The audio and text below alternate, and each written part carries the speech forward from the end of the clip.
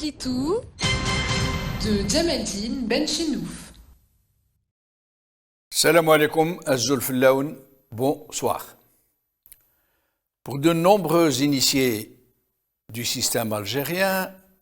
la crise actuelle qui l'agite et le divise, le déséquilibre entre les diverses forces qui en a résulté et qui a donc permis au clan présidentiel d'accéder à plus d'espace de décision, vient principalement du démantèlement de l'ex-DRS, ou du moins de son morcellement en plusieurs structures indépendantes les unes des autres et sans coordination entre elles toutes. Sans autre coordination désormais que celle de la présidence de la République, justement. Ce qui lui permet par conséquent de domestiquer progressivement tout le système par le jeu des nominations, des limogeages et d'un très subtil jeu de chaises musicales. C'est ainsi donc progressivement et de plus en plus fortement que les cercles qui gravitent autour de la présidence ont commencé à peser très lourdement et de façon de plus en plus décisive sur cette grosse et très complexe machine qui fut pendant plus de 2 décennies le cœur battant du régime, voire même la force qui faisait toujours tomber la balance entre les clans, sauf durant cette phase très particulière pendant laquelle le défunt président Bouteflika, puis son frère Saïd après lui, sont parvenus à déstabiliser ce véritable État dans l'État, le détricotant fil après fil jusqu'à son dernier et ultime pilier, le très fameux Tawfiq. Rappelons, pour nombreux des Algériens qui l'ignorent malheureusement, parce que ces sujets étaient l'objet d'une véritable omerta, rappelons que le DRS était devenu au fil des ans et des circonstances un outil parmi les plus décisifs dans la logique du pouvoir. Dar el-Ghoul, la maison de l'ogre, comme l'appellent certains pendant les années 200, comme l'appelaient certains pendant les années 200, la décennie rouge pendant laquelle ce DRS s'était distingué dans sa gestion du terrorisme pédagogique, comme ils disent eux-mêmes.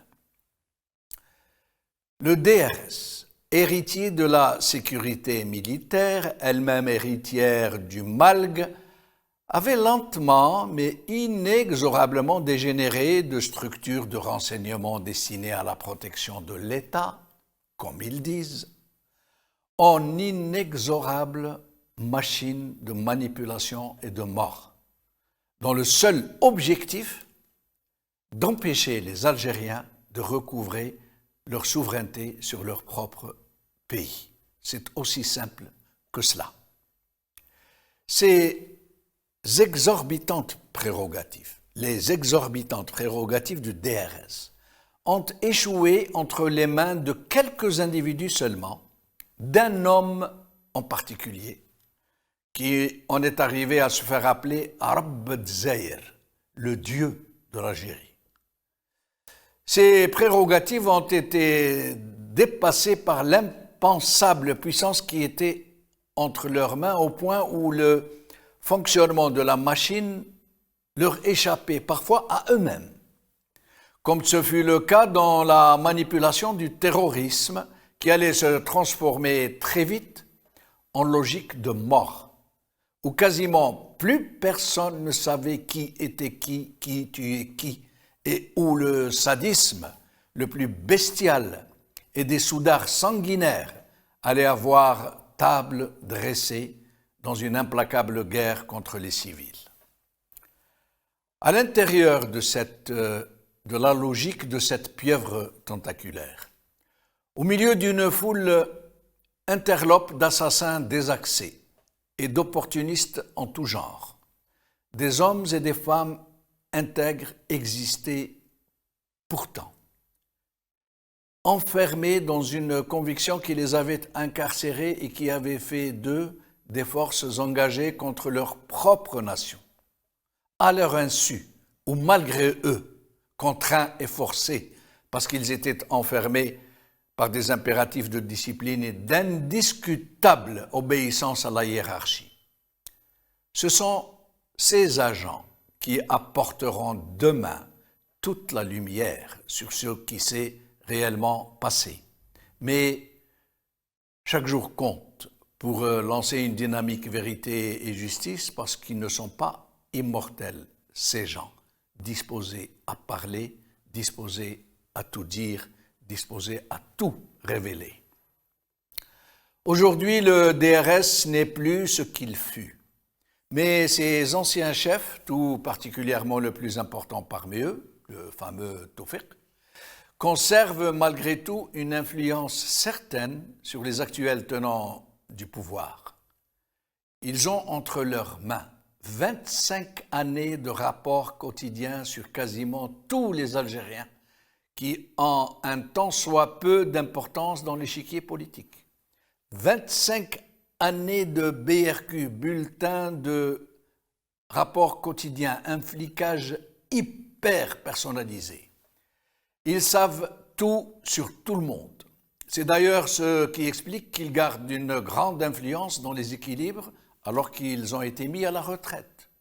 Sauf que cette épée de Damoclès, que ces gens font planer sur leurs adversaires, est à double tranchant.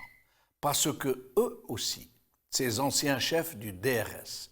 ont à leur actif un bilan sanglant de carnage, d'enlèvement, de torture, d'exécution sommaire, de trafic d'influence, d'enrichissement illicite, de chantage,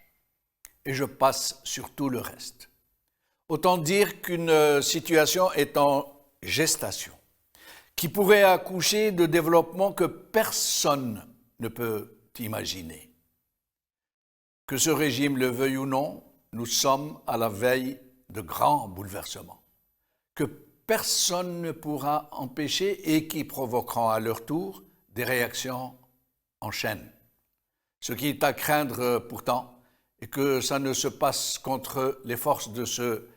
régime, entre eux, en circuit fermé, autrement dit des bouleversements qui ne produiront peut-être rien de positif pour le pays, qui ne seront en aucune façon un levier et une porte pour le changement,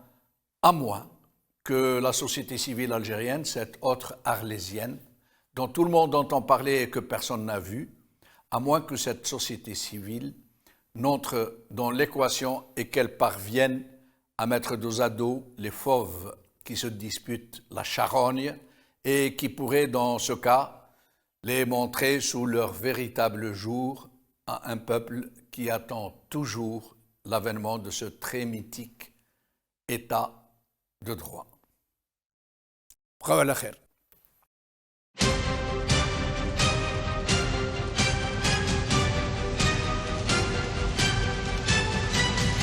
L'édito de Djamaldine Benchenou.